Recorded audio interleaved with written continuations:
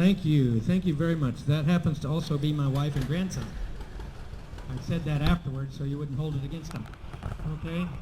And with that in mind, it's really cool to see the young people participate in all of this event that has happened over the last 4 or 5 days, and how all those folks work together with the older folks. And now we come to this parade of power, and the tractor that pulled the flag is owned by Byron Githens. There was a Lewis boy driving that tractor that served our country. I should have mentioned that he was in the Navy for us, and we appreciate his service. And he was driving that John Deere 60 owned by Byron Githens. And if you recall, if you're a member and have been a member for a long time, Byron was one of the initiators, he and his wife, as well as a host of other folks that I can't name, but God knows who they are. But they are instrumental in making this show happen. They have a history in this show, and they continue to keep it going. The next tractor you see also has a history of this community.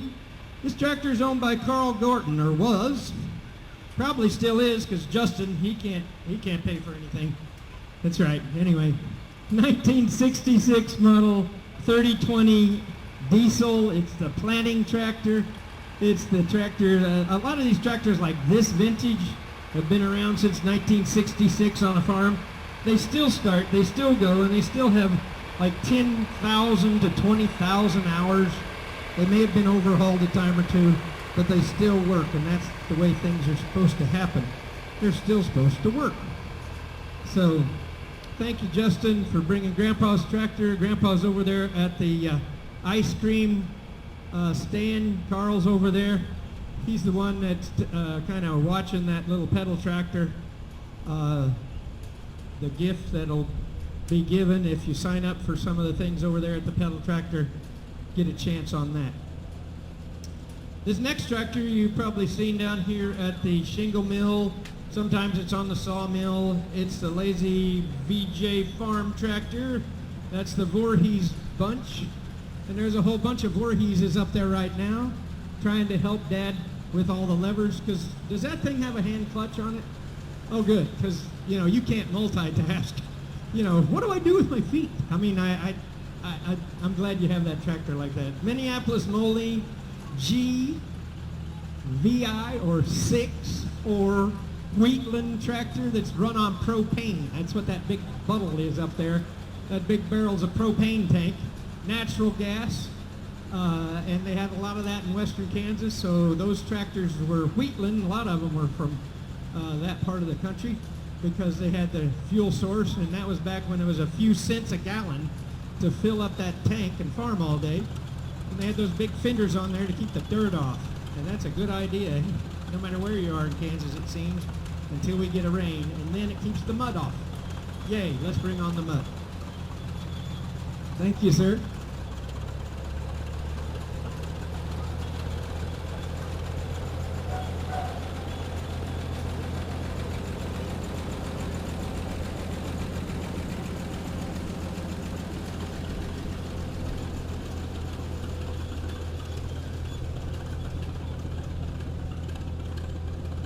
This next little tractor coming is a wheel horse tractor, and wheel horse were probably the best little tractors that are lawn and garden tractors that were made for a long time in the early 50s and 60s, and then they continued to be a well-made little tractor. This is my grandson Hudson driving this tractor, and my granddaughter sleeping back there underneath the umbrella. So she's getting her beauty rest as we go along, but I try to tell her she's beautiful enough. She doesn't need to rest all that much. But that little tractor was owned by Ted Myers in Fredonia, and he mowed his yard with that until he was 93 years old. And then his family sold it to our family. We're the Myers family, so it stayed in the Myers family, and now we get to keep it and preserve it, especially for a man who was so important to this community, Ted. And the trailer came from Mildred Dusami's house, and Mildred Dusami taught school here for 105 years or so, it seemed. She taught for a long time. She was a first grade teacher. So thank you for driving that around Hudson and Avery.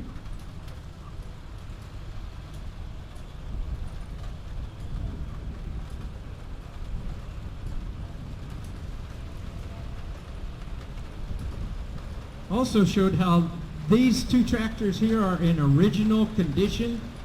This is how well kept that the folks that had these tractors and used them. They are well kept tractors, which is like this next tractor.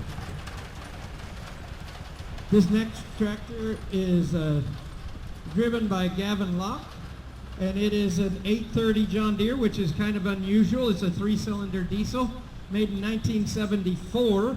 And if you think about it, 1974 was quite a while ago, and this tractor has only 680 hours on it from 1974.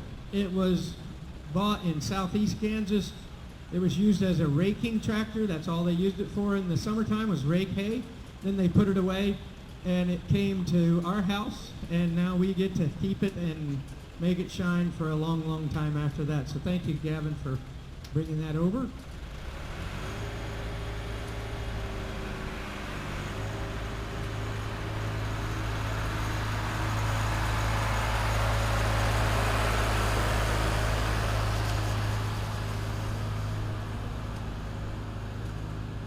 This next tractor is owned by Keith and Joanne Baker. 1979 International Cub. They call it Cutie because it is. I think they call it Cutie. Maybe it's because the guy driving it. Did they call you Cutie too? No? Well, they need to, because both of you match really well. That little cub right there, the cub history of International Harvester goes back a long ways into the 40s, and they made this little tractor to replace a team of horses. And this is one of the later models in 1979. They basically made them unchanged for all those years. They changed the color at the end of its run, so it looked like the mowing tractors that they made, the Cub Cadets. There may be a few of those. But they changed the color scheme from red, like the farmhouse, to this yellow and white. And it is a cute tractor, and listen to it hum. It really sounds good. So thank you for bringing it to town, Mr. Baker.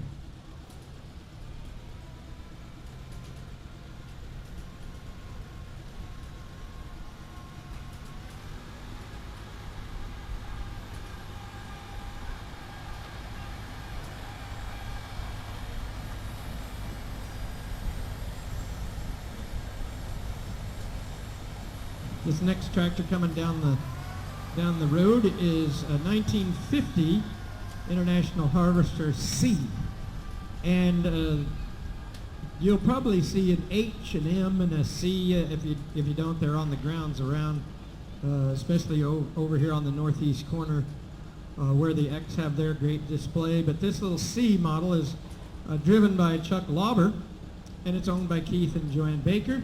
And the little C tractors were quite prevalent in this area, and they did a lot of hay work with those, pulled a manure spreader, did a lot of things on the farm with a little tractor like that, hung a 2-row cultivator on them. They'd handle a couple of 12-bottom plows, maybe 2 14s in good soil. Usually didn't have much in terms of hydraulics, so everything had to be pulled, and then if you wanted to get it out of the ground, you had to use a trip rope.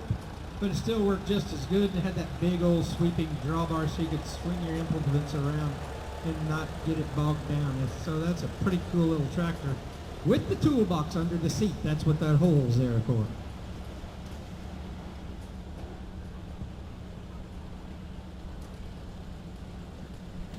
I want you to pay real close attention to this tractor. This tractor proves that we do get along. This is a Farmboda tractor. It is an F20 from probably in the 20s, I would suppose, or maybe the 30s. 1937 F20 with a Kubota diesel engine in it that was made in 2007. So, if you think that we can't get along with our neighbors from across the ponds, right there's proof that we can. And Jason Heiss put this tractor together from leftovers he had around his shop and from his family. And the Farm Boda lives on with pretty nice tires and a pretty nice sound for a tractor that has that kind of age. And it even has a horn. You can't beat a deal like that. So take a good look at that. That's a good looking tractor.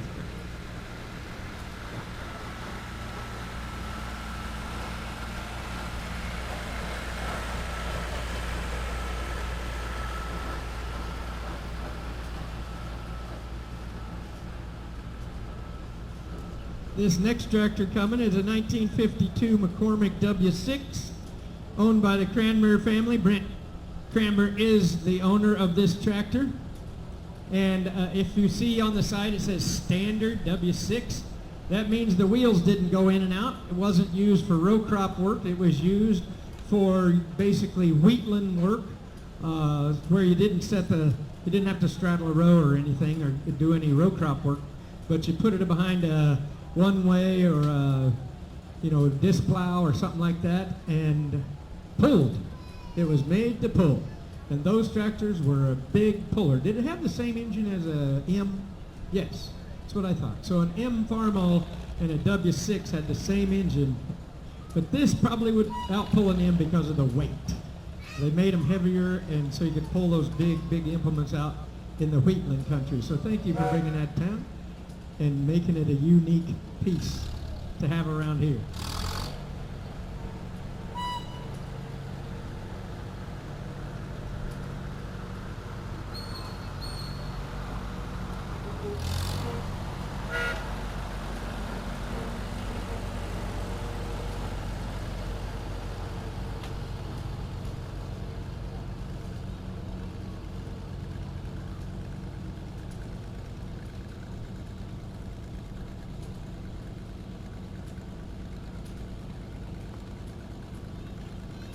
This next tractor that's coming on up is a 1974 model Oliver 1755. And Thatcher Cox is the owner and driver of this. And one thing about Oliver tractors, I know we all have our favorite, and I know we all say this one's better than that one, but we all have to admit that an Oliver tractor and a Minneapolis Moline tractor were some of the toughest tractors ever built. They were made heavy, they were made durable, they were made for long life. They had some of the original 6-cylinder engines in a tractor at that time, and they would work. They could work, and work. And you can just hear the sound of that gasoline model, right? Which is kind of a different model, because usually a tractor that's that big is a diesel. But you can tell that tractor with that gasoline engine could pull a plow all day long. It might not be the best in terms of gas mileage, if you know what I mean. You might have to fill it up a couple of times, but man, you could do the work. Thank you, Thatcher. And by the way, that's the slowest I've ever seen you drive anything in your entire life. Even when you pedaled stuff, when you were a little bitty kid, you made it go slower than that. So, thank you for letting us see it.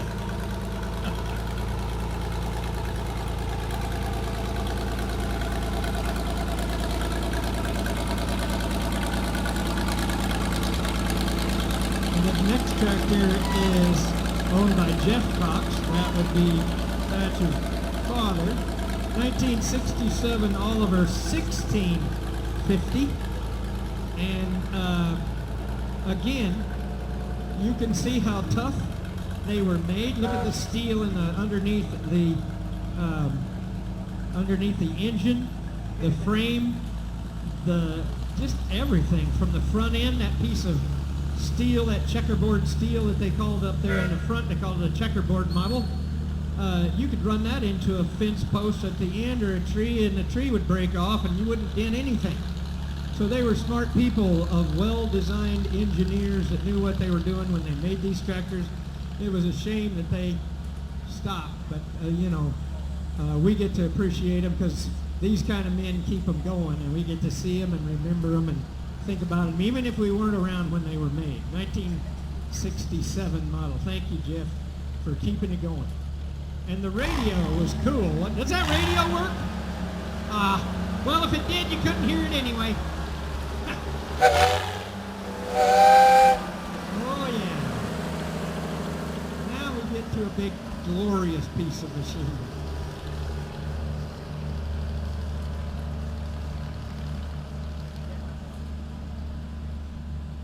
This steam engine that's coming down the road was made in 1909. 1909. So if you know anything about math, that's a little older than some of you. Okay? And at least I have a connection with steam, and that's because my dad was alive when steam engines did the threshing around. And a couple of people had them in my family. My Uncle Walter had them that I can remember him actually operating a steam engine. But it's really a neat piece of equipment. And all of those things you see machined that work and twist and turn and smoke and leak and all of that are made in 1909. Not with a computer, with a man's brain and brawn. He made that. And then to operate that, and I'll shut up here and so you can listen to it. Listen to that.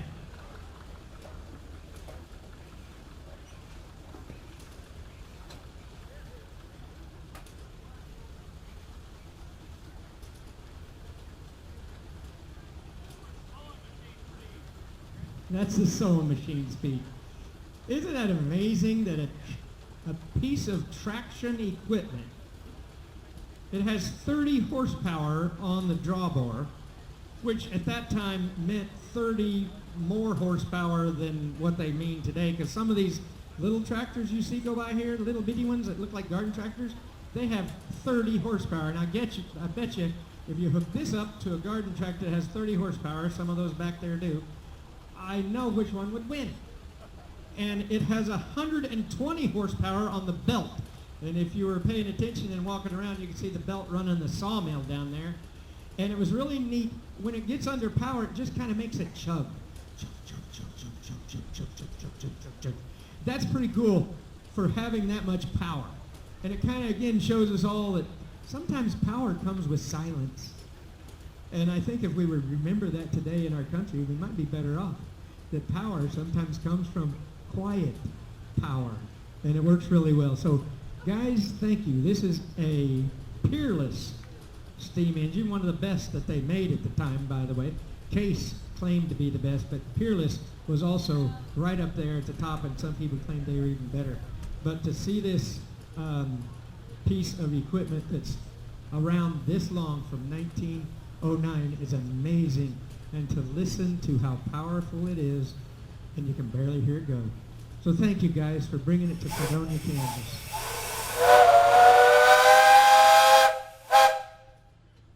Time for supper.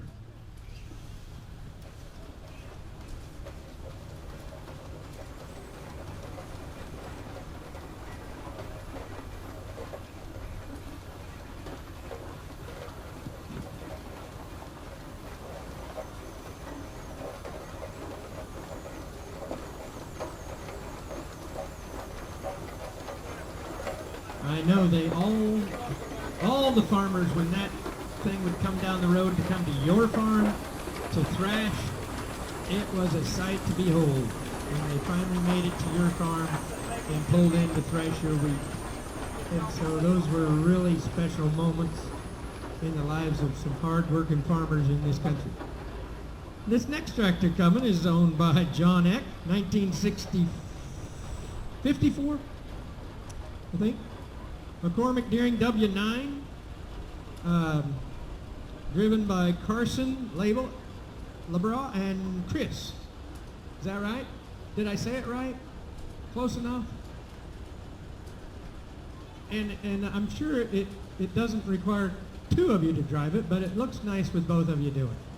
But anyway, this W9, if you remember, There was a W6 that was here earlier.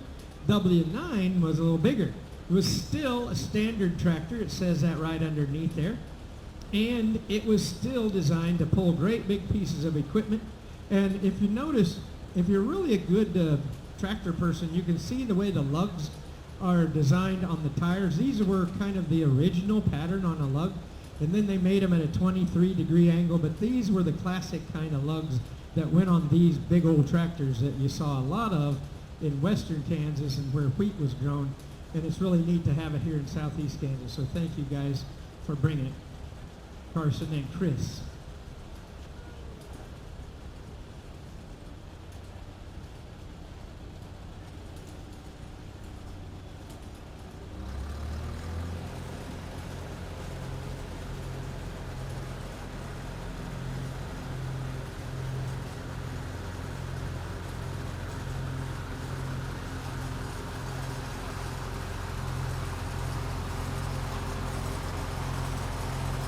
Can you imagine sitting on that W9 for about 12 hours, and then you turn around and sit on it again for 12 hours, and then again for 12 hours?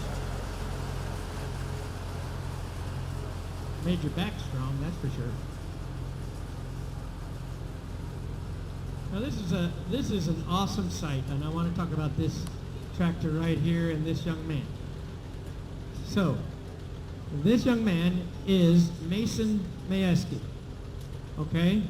And he is kind of bashful, but that's okay, because he is now taking over a tractor that was owned by a pretty bashful man that did a lot of good things, and I just have this feeling that Mason Mayeski will do a lot of good things too, because he bought this from the Studebaker family. This was Joe Studebaker's tractor, and Joe drove it in the old iron parade until he was well into his 90s. And to see Mason now drive it, how old are you, Mason? He's now 11. And when you have an 11-year-old driving a tractor that was made in 1950 called a Minneapolis Moline, that most people around here called an M&M, and if you think about it, Mason Mayeski's initials are M&M, and I bet you cannot guess what his favorite candy is. Anybody? M&Ms. Thank you very much. So when he gets done, you tell him thank you for bringing that tractor around and keeping it alive for us to enjoy for many generations, and then give him a sack of M&Ms. Would you please? All right, Mason, you keep bringing it every year, buddy, until you're 93 or 4. Okay, bub? Thank you. That's awesome.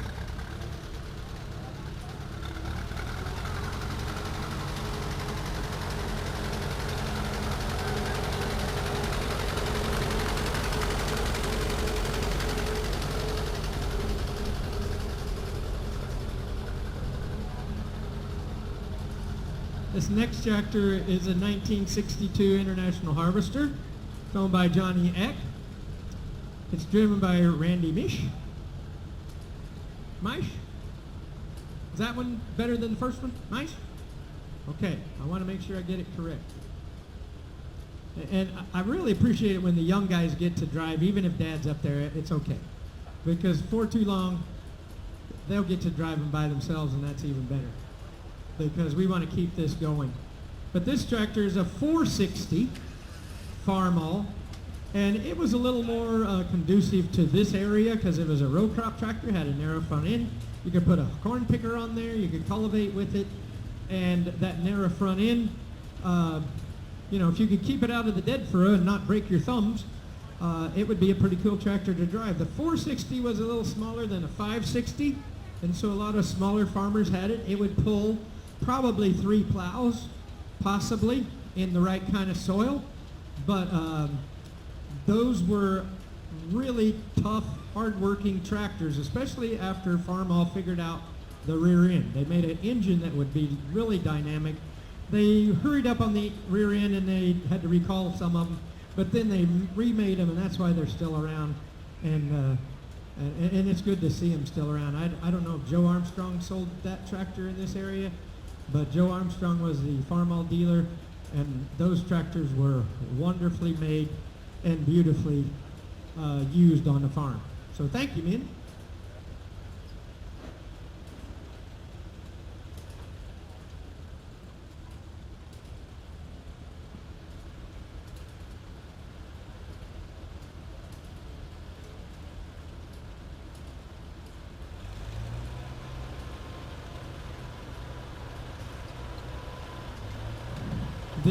The farmall that's just the 460 had a fast hitch on the back instead of a 3-point. Had those two prongs that stuck in there where that white drawbar is, and you just backed up to a plow.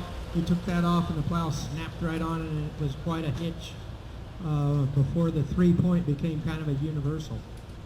This next tractor is a 1950 Minneapolis Moline U, driven by Jared Elmore. Jared's the little one. Is that you, Jared? I've never seen a kid more excited about driving a tractor. That's amazing. But this is 1950 tractor. Is also one of those tractors. It's a standard tractor. You don't set the wheels in and out.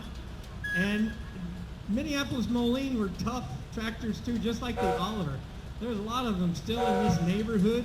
I can remember when there was a Minneapolis Moline dealer in Fredonia, Kansas. They sold a lot of them. They were really a durable, hard, tough tractor. And if you look, it doesn't have a frame. The engine is part of the framework.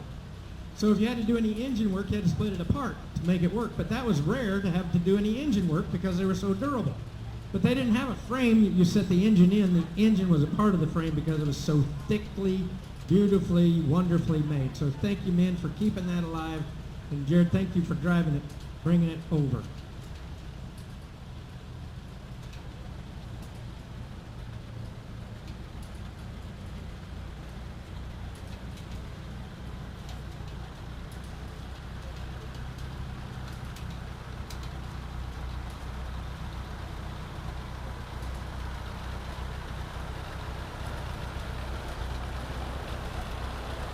Next little tractor is owned by Johnny Eck. It's a 1952 Farmall 230. Now it's about that time in the early 50s when they started changing them.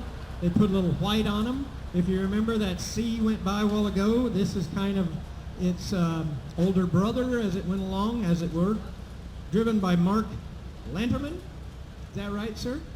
And 1952 230, and then they made a on up from there, I believe, didn't they? And they put the white grill on it. Probably did a few tweaking things to the engine, maybe increased the RPM or something, made them a few more horsepower, got a few more horses out of it, but still kept the basic design because that kind of tractor was used a lot in this area. Again, for mowing, a lot of hay meadows were mowed with that tractor like that in this country, and raked a lot of hay, and even used on a hay baler. So thank you for bringing that over. It's a nice looking 230. And just to hear them purr is really kind of cool. They also added hydraulics at the time. And I think this is one that has hydraulics, so you can see that white drawbar. And so that made it even more handy for farmers to use because they could hook their piece of equipment up and lift it up out of the ground without using a rope.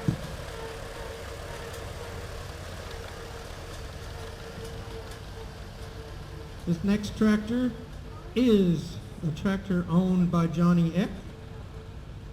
It's an International Harvester. It's a 1956 model, and it's a Super H.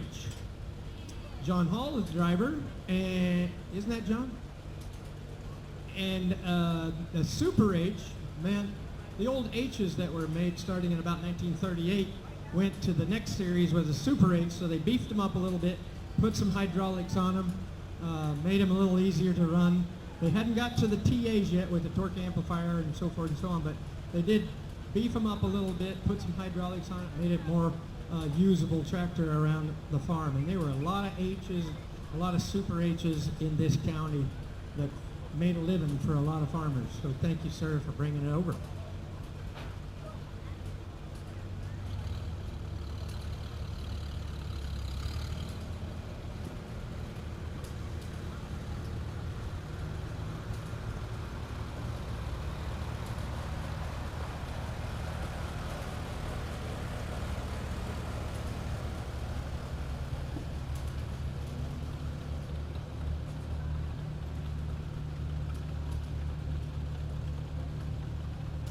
Now you may want to say a prayer or hold on to your cross necklace or re-offer your life to Jesus before this tractor passes in front of you, because this tractor, I don't know what the International Harvester Company was thinking when they labeled this tractor the 666 tractor.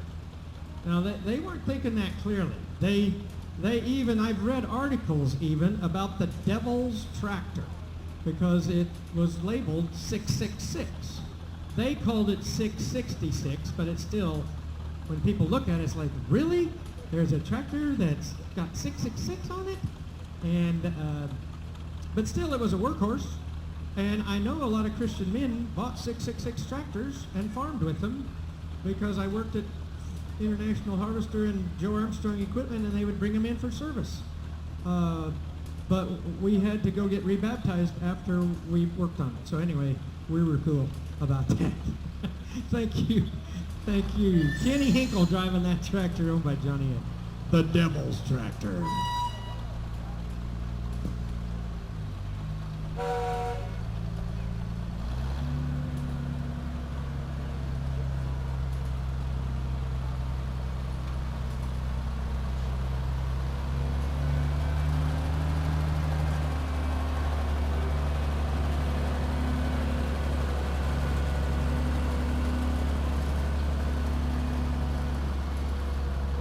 I think this is pretty cool right here.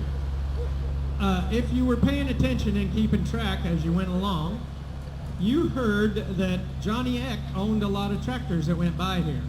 This is Johnny Eck's tractor driven by. This is Johnny Eck's tractor driven by. This is Johnny Eck's tractor driven by. Well, again, this is Johnny Eck's tractor. It is a 2017 Coyote. It's a CK3510. Now, with that said, the most unique part about Johnny Eck's tractor is it has a cab on it. Let me talk to him about it, and then I'll come back.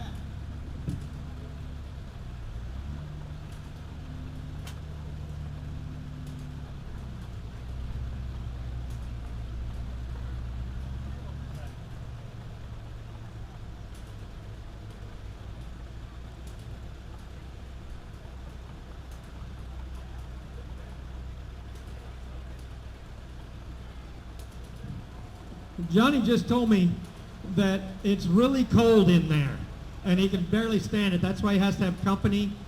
Two of you keep warmer that way. And he just followed that devil's tractor right along with that. And so it's kind of neat that the owner of all these old tractors, he does the parade in a tractor rather than on a tractor. Talk about a smart man. Gee, at Christmas, he's a smart man. All right.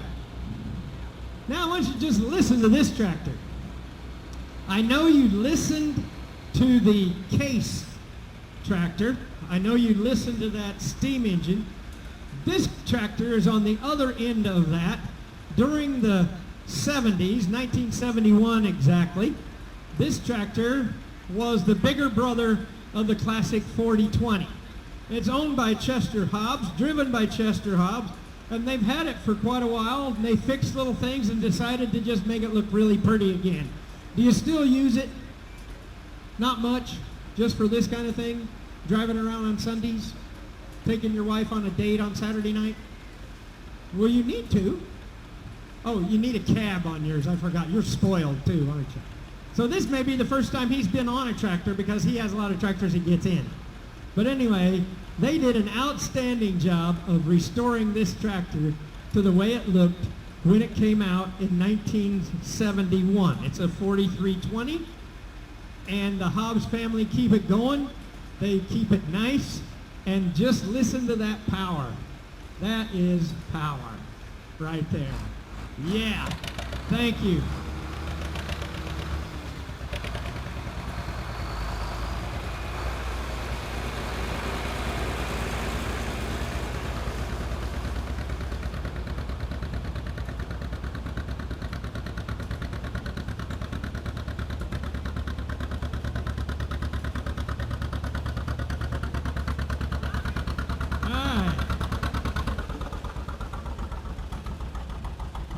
Anthony Gonzalez owns this tractor along with Byron, and they worked on it together to make it go like this.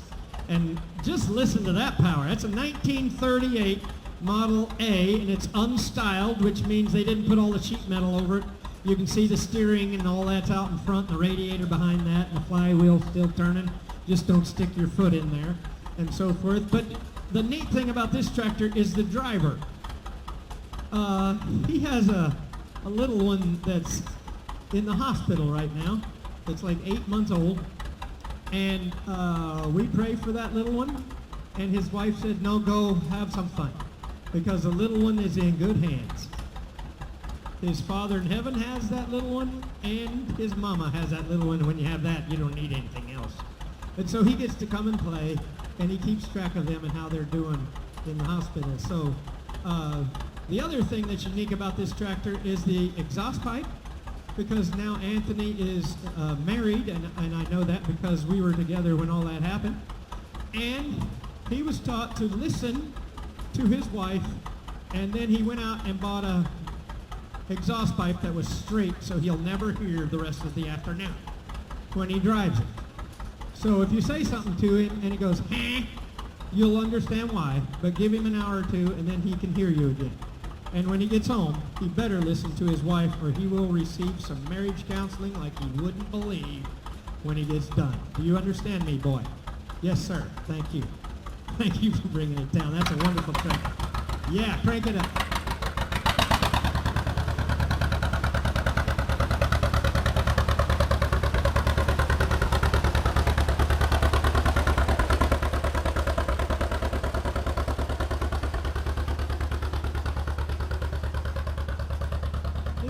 Garden tractor is a 1966 Toro.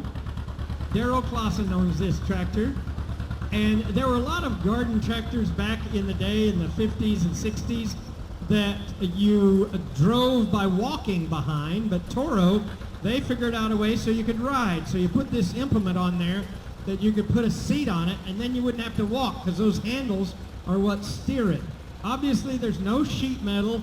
He can put a scoop on it, and all the implements usually set ahead of it, like a plow or whatever, or sometimes behind it if you walk behind. But the Toro company, they were a premier maker of lawn equipment, especially golf course stuff.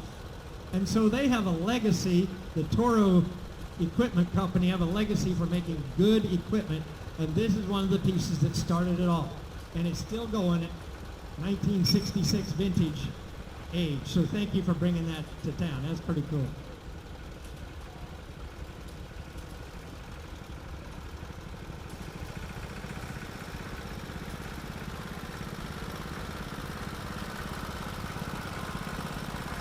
Well, these next tractors are David Bradley tractors, a couple of them down there. There's a Cub down there also.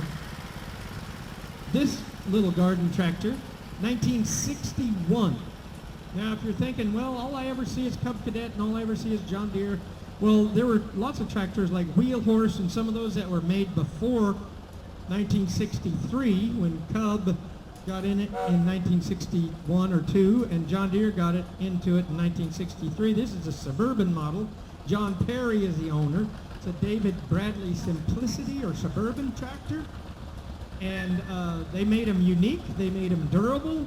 They last a long time. They usually, you could put an implement behind it, underneath it, and they still survive because they're made out of heavy iron, not plastic. They didn't have plastic fenders in those days or hoods. And the engine sat there where you could work on it or put a new one in when you wore the other one out. And these tractors are really cool to still have around. So thank you for bringing that to town. And I know they marketed it as a suburban tractor, but a lot of farmers probably used it to mow their big yard too. So thank you for bringing it around.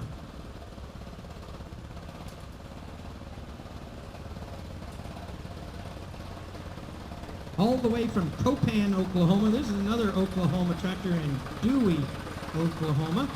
It's Mike Davis's.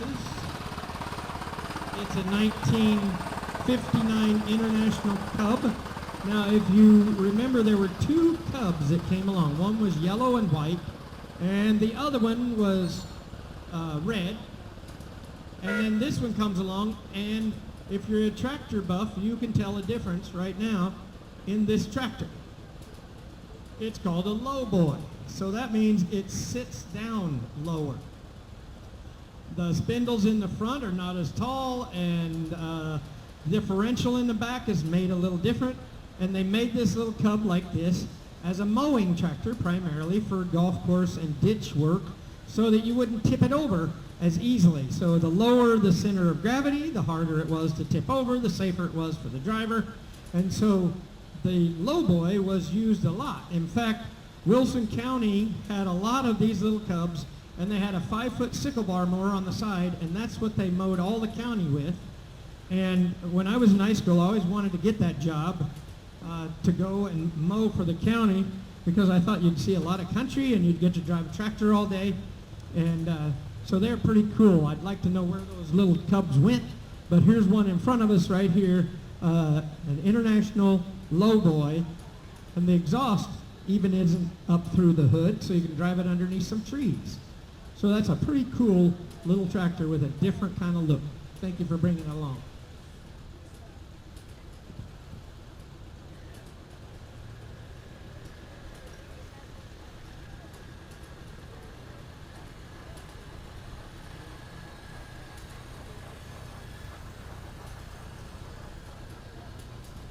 Evan Spicer's coming.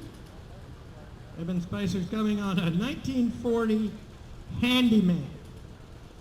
Now, 1940 Handyman, this would be a garden type tractor, and it obviously is on steel, so you didn't have to worry about flat tires.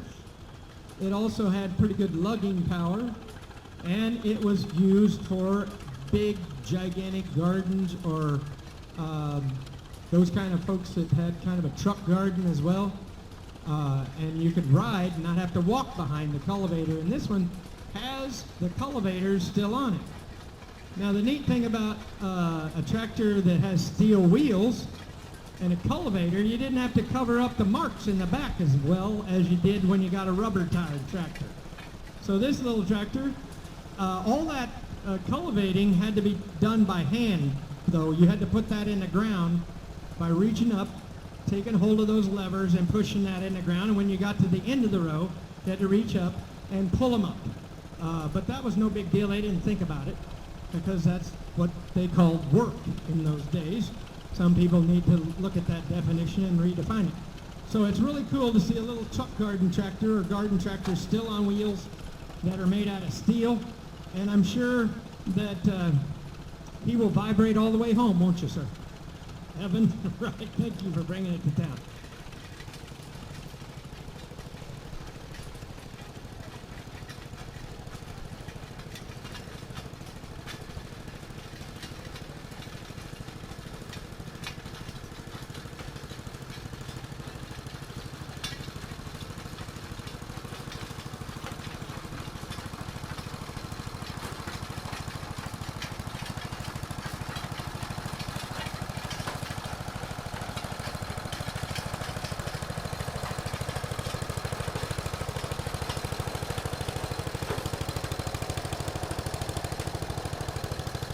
This little David Bradley tractor is owned by Ben Taylor.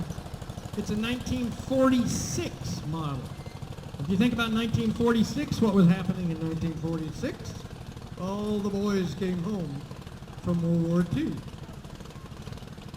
And lo and behold, on the farm and in the garden, they had a garden tractor that they could either walk behind and put a plow, disc, harrow, planter, those kinds of things, cultivator, and you'd walk behind it and steer it with those two handles, and the front wheels did the pulling.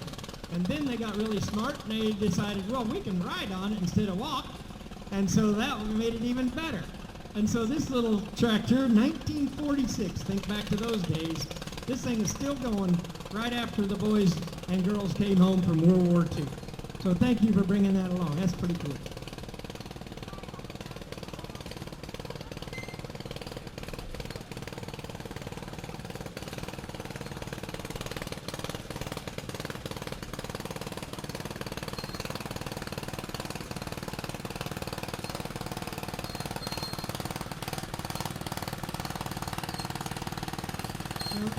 is Dale Tharp's car.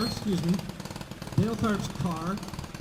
It's a 1932 vintage Plymouth. 1932 Plymouth Coupe. VP Coupe, and it's got a Hemi engine, so that means it's probably had some modifications. If you drove this car around in 1932, the police probably wouldn't even think about chasing you. First of all, they couldn't catch you. Secondly, they couldn't go where you went with the way it's set up, with a four-wheel drive and so forth. But Dale, you know how Dale is. He's always different and always unique, but he still preserved a big chunk of the past. 1932 Plymouth Coupe, just with some modifications. So thank you for bringing that along so we can see it and drive it to church on Sunday.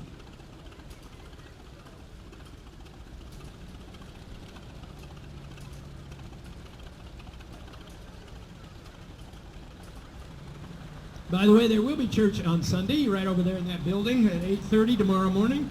If you want to come and have an old-fashioned service, it's at 8:30, and then it's hopefully going to be over about 45 minutes so you can make it to your regular church. So at 8:30, if you want to come to church right there in the church building for an old-fashioned church service, we'd be happy to have you. This next tractor is a 1937 John Deere B. It's owned by Corey Tharp. The history of this tractor is it was owned by Gene Speaks of Fredonia. And Gene Speaks was the mechanic at John Deere for years. And that's what makes this tractor really unique. Corey gets to keep it in the county, like Gene Speaks was a county resident, and he gets to keep it right here in this county. And Gene had that tractor really tuned up fine, and we get to keep it alive and his memory alive just by seeing an old 1937 unpainted, still going John Deere B.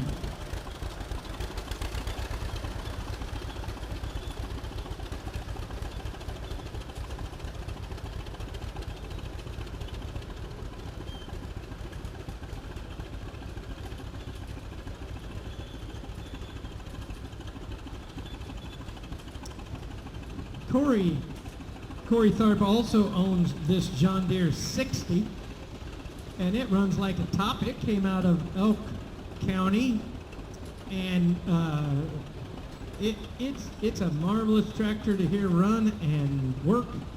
And it's amazing that these two cylinders still pop like they did, and I know this tractor just started right up. It would sit for a long time, like 2 years. You could go over and crank it over, and it would just barely grunt like, rrr, and then pop, pop, pop, pop, pop, it come to life, and it still comes to life. And when you put something on there to pull it just a little harder, it sounds really, really pretty.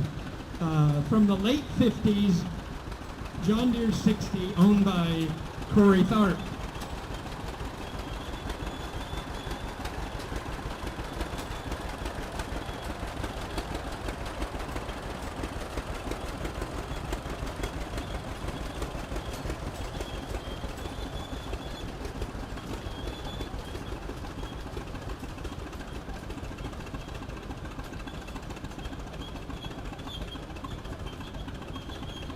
Now, while you can hear and while you can see,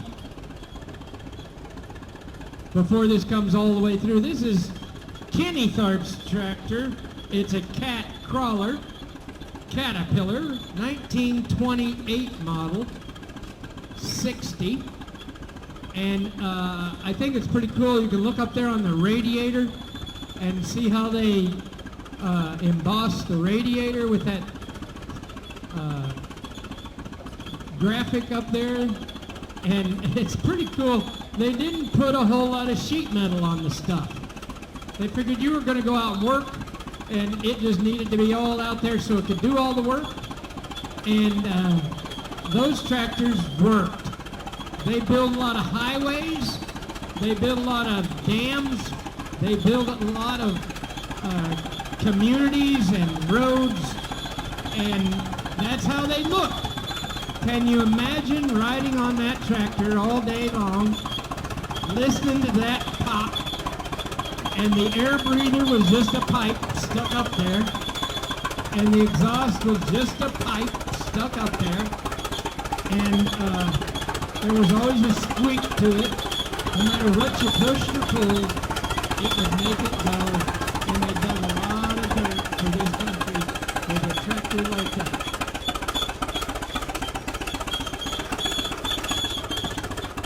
And this little tractor that's coming now is a little brother of the tractor. It is a 1928 model Caterpillar 30. So it was about half the size of the 60. This tractor, if you notice, it'll say on there it has a cold weather kit on it. A cold weather kit meant you could start this tractor in cold weather.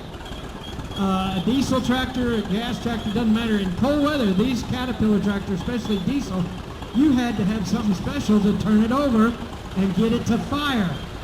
And so when it has a cold weather kit on it, that means it was made to where you could use it where it was cold up in Canada, New York, along the border, Wisconsin.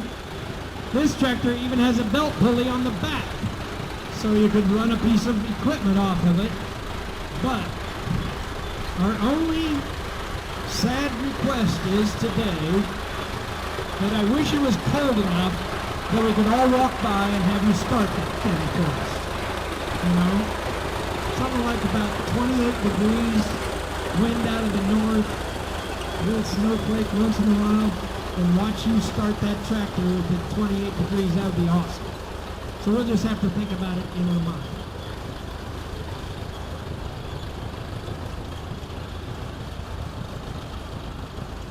This little tractor is driven by Gavin Locke, my grandson.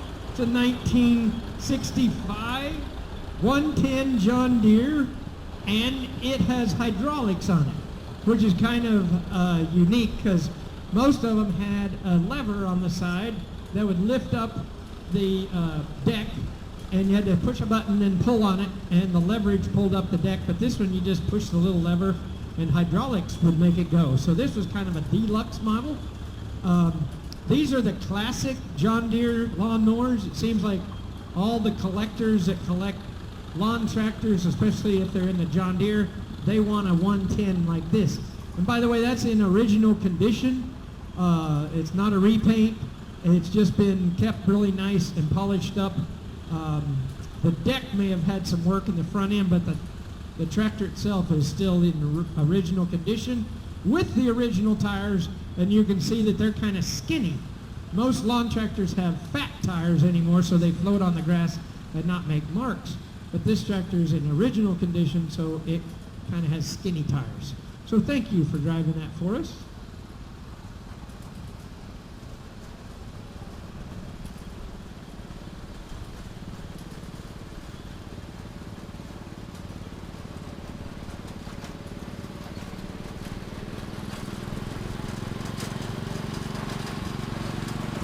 This next, you got to bear with me here because there are a couple things here, so you don't want to miss. There's a little scale model, 1/10 scale, with working lights, a motor and sound and turn signals, and a winch. And we've seen this little toy turn over upside down and turn itself right side up. And so it looks like something you take to Colorado or to the dunes. It's called a Traxxas Bronco. And in the 2020 Ranger that's driven by Lindsay Walker and Kirk Ellison that are controlling this little tractor from back, or this little truck from back there, it makes that little thing pretty cool. And it was neat earlier today if you saw them playing with it. All these great big boys, not boys that were teenagers, boys that were like 30, 40, 50, 60 years old were playing with this toy. And so now, if you have somebody that you love that's 30, 40, 50, 60 years old, you know what to get them for Christmas. Okay? That'll be the first and last thing they open. They don't care if they get socks and pajamas after that. They won't complain. If you get them that little thing, they'll go out in the yard and play with that all day. So thank you guys for letting us see some fun.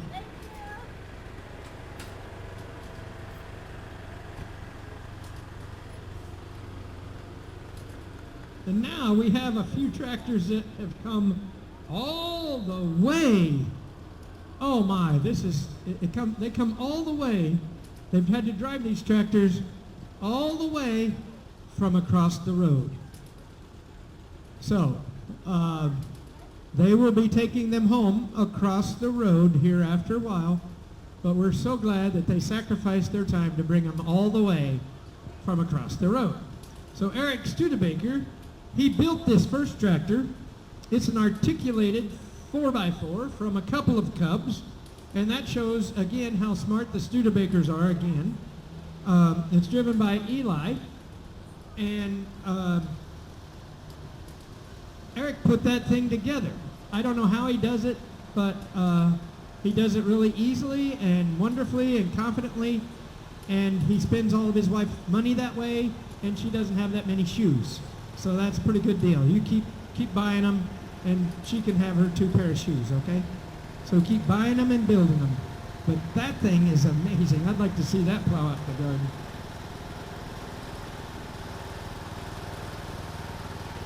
And then we have another Studebaker tractor coming. It's a 1962 Cub Cadet, so that means this is one of the first ones. It's an original Cub Cadet. It was belt driven, but still it was made with heavy materials. And like that 110 John Deere, you can see that this tractor had little skinny tires on it. They didn't make those big soft floaty ones at that time. And they just made them really durable. They got to continue to work for a long time. I worked for Joe Armstrong when I was in high school, and we unpacked those Cubs, and that was in the 60s. And he'd trade in an old one like that, and it wouldn't stay very long. Somebody would buy it. And back then we called it old, even though it was only a couple of years and somebody'd update. But that's why they hung around, and they're still around, like this tractor right here that's original, that comes along, and our kids still get to drive it and have a good time with it, and hopefully keep it going for a lot of years to come. So thank you for bringing that all the way from across the street. Right.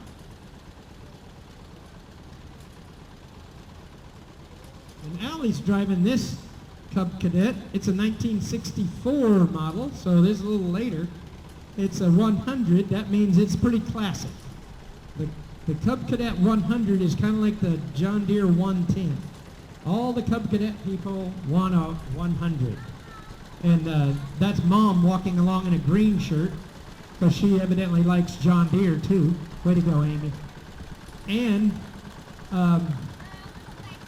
I know that little wagon that Allie's pulling with that Cub Cadet 100 is used on the farm across the road, because they have a vegetable farm, kind of a truck farm, and they produce a lot of fine things for us to consume at the farmer's market. And so there's a functional piece of equipment right there, the old John Deere 100, and a wagon, and Amanda sitting in there. I don't know why you got in there, but evidently you did. Way to go, guys.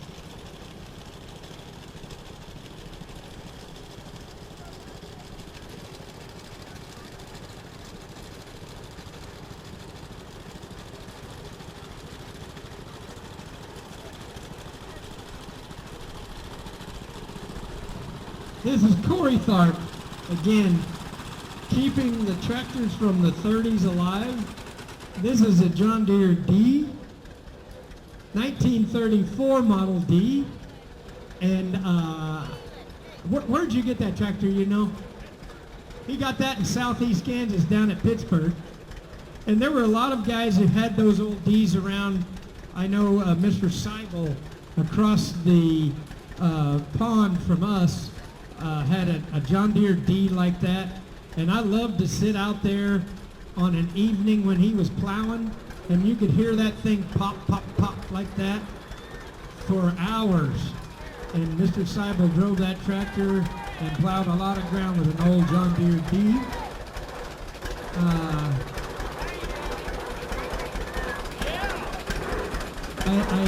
don't know what happened, but Amy, what happened? You run out of gas? Okay. Well, they'll just go around you. All right, this little tractor here coming. I think it's the last tractors before Mr. Loomis comes, so don't go anywhere. We've got two more things coming. This little tractor is an Alice Chalmers tractor, and it's driven by Gavin Locke, my grandson again. And the unique thing about this tractor, it was owned by the Ralph family that runs the paper. And this little tractor is got some age on it. It was made in the 80s, and it only has 170 hours or so on it. Something that's made in the 80s that has 170 hours on it. And they said that Ross left the key on for like several days before the battery ran down, so some of the hours are fake. So it might even have less than 170 hours on it. But we acquired it, and it is like brand new. I think it's a 1984, if I'm not mistaken. 1985 little diesel tractor, owned by the Ralph family now. The Myers family owns it. It's a pretty cool tractor to have around. Thank you, Gav. Oh yeah, it even has a horn. That's awesome. Time for lunch. Just like the steam engine. Now I want Mr. Loomis, Jim Loomis, to bring this next truck, this little miniature truck right up here in front of the kettle corn here, just so everybody can see it. He can stop there before the kettle corn if he wants, and then again over here so you guys can see who's in this truck. I want to talk about this. First of all, Jim has this little Pushman truck, and it's pretty cool. It's just for fun. You see him driving around. It's a little Pushman made in 1990. But the truck is not what we're here to talk about. It's the passenger. The passenger in that truck is Bill Heiss. Bill Heiss is in his 90s, like 92, going to be 93, I do believe. Bill Heiss worked at the cement plant for Portland, General Portland, and Lafarge all of his life, and gave his life to make cement and work hard for this community all of his life. Bill Heiss is also one of the charter members of the Old Iron Club, and he still comes every year and brings his swap meet trailer to the show, and he still's down there that talks to those guys that bring their tractors that sign up to come in this parade. So I would like for you to honor Mr. Heiss by standing and giving him his due, because he is one whale of a man who did a great job and continues to do a great job at 93 years of age. And we honor you, Bill Heiss, and thank you for your dedication and service to not only this club, but this community and this country. So thank you, Bill. And thank you, Jim, for chauffeuring him around. It's definitely worth it. All right, ladies and gentlemen, that's the end of the Parade of Power. It's about 4 o'clock. I suppose if you want to wander around just a little more and enjoy just a few more minutes of the show or hours of the show, or however you want to stay to visit, you can. But thank you for coming. We will see you tomorrow at church if you want to come. And then if not, come back next year, the last full weekend in September, to a show that's well worth it. We have folks coming all the way from Iowa just to see what it's like to put on a show in little old southeast Kansas. So thank you for all you all did to put this on, and thank you for your kind attendance. Good night.